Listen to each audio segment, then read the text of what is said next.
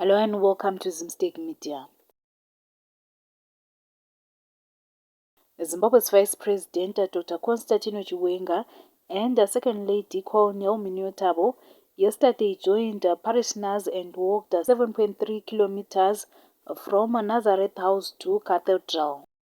The couple said they prayed and reflected on the way to the cross, the 14 stations Jesus passed through.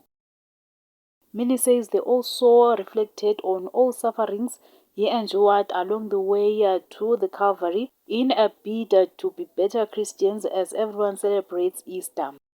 Easter is a Christian holiday celebrating the resurrection of Jesus Christ.